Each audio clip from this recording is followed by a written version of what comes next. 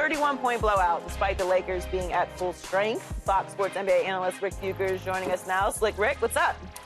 What's happening, Joy? It's good to see you. You too. How shocking was this blowout loss? Not shocking at all. The Lakers aren't that good.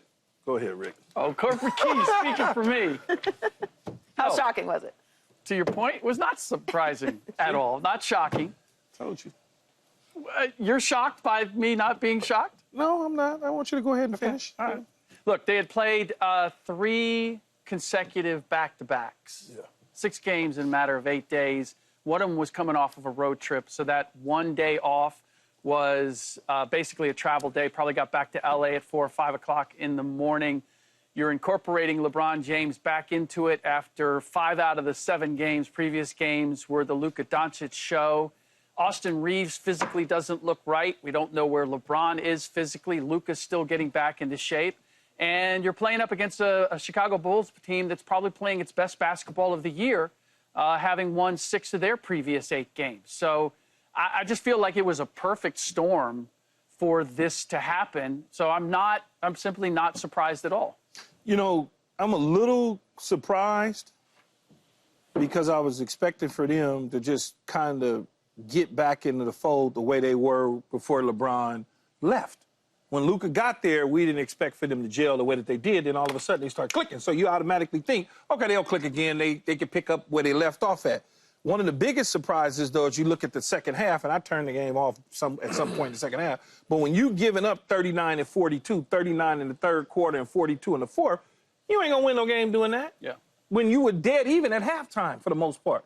Then all of a sudden, third quarter, fourth quarter, you just let the Bulls run away with it, even though they was knocking down pretty much every shot that they put up. I didn't see, I don't know, it was almost like it wasn't enough sense of urgency. It was almost like they gave it to them when they realized in the third quarter that things were getting out of hand. They kind of just surrendered and said, okay, we played 6 of the last 8, like Rick said, so let's just chill. Y'all got it? You know, y'all got it. We just gonna cruise now.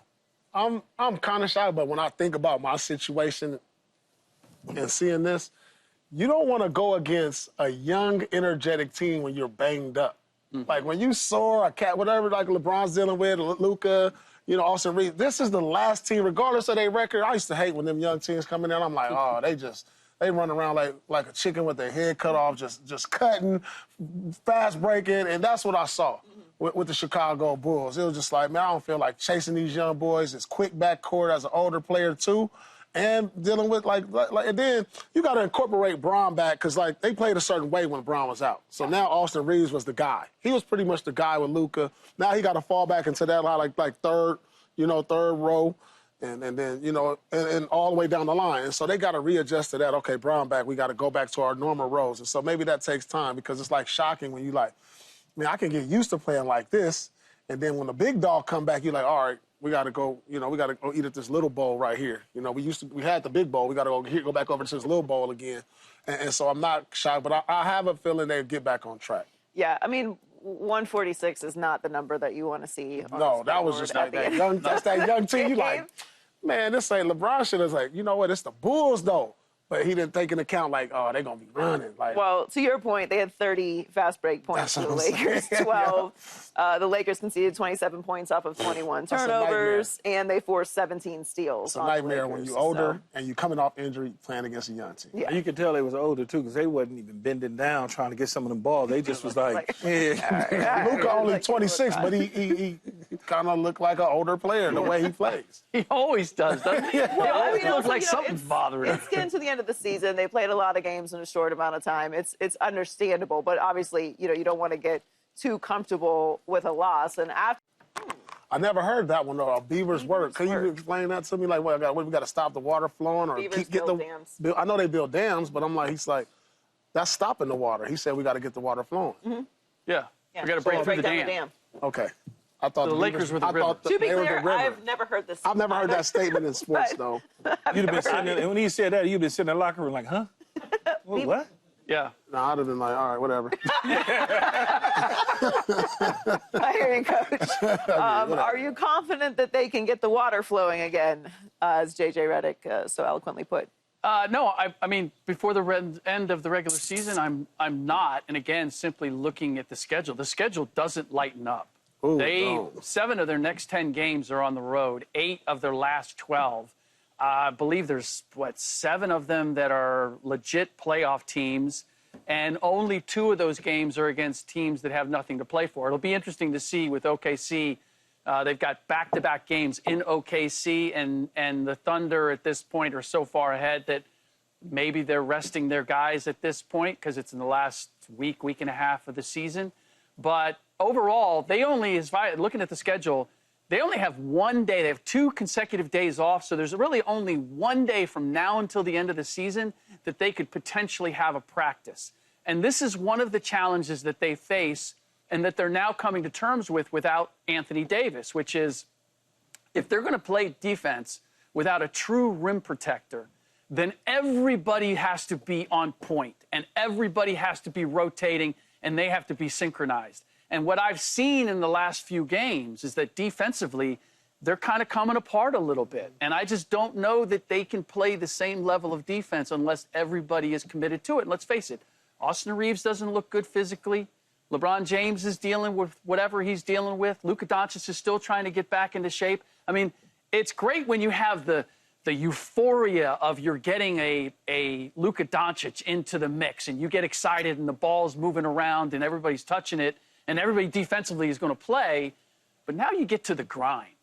And I just need to see that they can get back to that. And I don't know how you get back to that when you don't have any time to collectively rest. Yeah, they didn't have time to collectively rest when they got Luka in the beginning. We were not talking this way till after LeBron got hurt. Then we had that road trip on the East Coast and we lost those 4 games. And then we got Phoenix, San Antonio, and whoever else was in the mix, and we ran those 3 off. Now we lose to the Bulls, and the world is just, everything's all messed up because the Bulls scored 142 on us. 6. I get it, or 46. That's concerning. I get it. But I have enough confidence to believe that if we can go 3-2, 4-1 in these next 5 games, that we get that mojo back the way we want to. Now, the schedule's going to be tough, right? Tonight, that Orlando playoff team, then we got a travel day on Tuesday. Then we got back-to-back Wednesday, Thursday, Indy, Chicago, which we should play. We should pay them back for what they did to us in L.A. Then we travel again on a Friday to Saturday, go to Memphis. What did Paul say about young teams? About not wanting to see young teams. Back-to-back. Let me go down this list. Man, them is Orlando, all young teams. Young team. Man. Indiana, Late young in team. season. Chicago, they already told you how young but they we are. didn't want to see them the other Memphis. night. This is a brutal Memphis schedule. This is brutal for Yeah, them. but For they the were end of the season. season. 4-1. Are you Wow. 3-2, 4-1. If you get 2 and This 3 is out of this, you're brutal. feeling good about yourself. Listen. 2 and 3. Hey, That's a max 2 and 3. This is what I see. This is what I see from the Lakers. And the question is, can they refine their way in the next 12 games? Yes, we can. The schedule looks tough, but look, I'm starting to think like the way they've been playing, and I know LeBron's been out. This is what happens. They make the trade.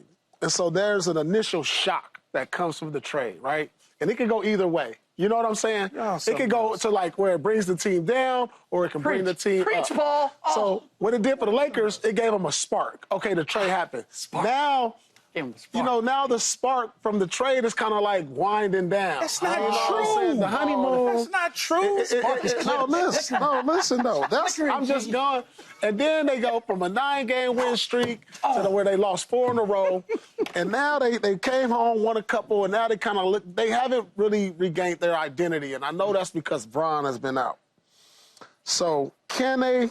I believe they can, but health is going to be an issue for Health them. is always an issue for everybody. Yeah, but the Lakers have not a lot of room for error. That's true. You know, that's very true. You know, so.